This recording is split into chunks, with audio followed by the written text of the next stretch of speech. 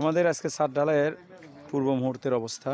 ওইখানে চিকন বালু আছে, এখানে মোটা বালু আছে, এখানে মেশিন সেট করছে, সিমেন্ট নিয়ে এসে জমা করতেছে, খোয়া ওখানে ভিজানো আছে।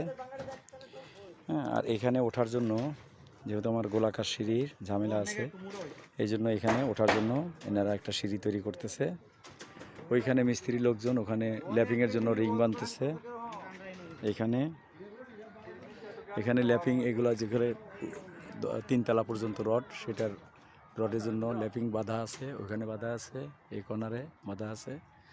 এখানে কন্ট্রাক্টর সাহেব উনি এখন ছাদ ভিজাবে, পুরা ভিজানোর জন্য করতেছে। আর এইখানে আমাদের ছাদের সব কিছু ঠিক আছে, এখন আমাদের পানি মারতে হবে। আর এখানে সিঁড়ির জন্য এই রাউন্ড শেপটা তৈরি করলো, ওই পাশে রাউন্ড শেপ আমাদের তৈরি করলো, এই পানি মারতেছে। এই হলো একটা ছাদের ঢালাইয়ের পূর্বের অবস্থা। ঠিক আছে, পানি মেরে দেবে, ধুয়ে ফেলবে সব।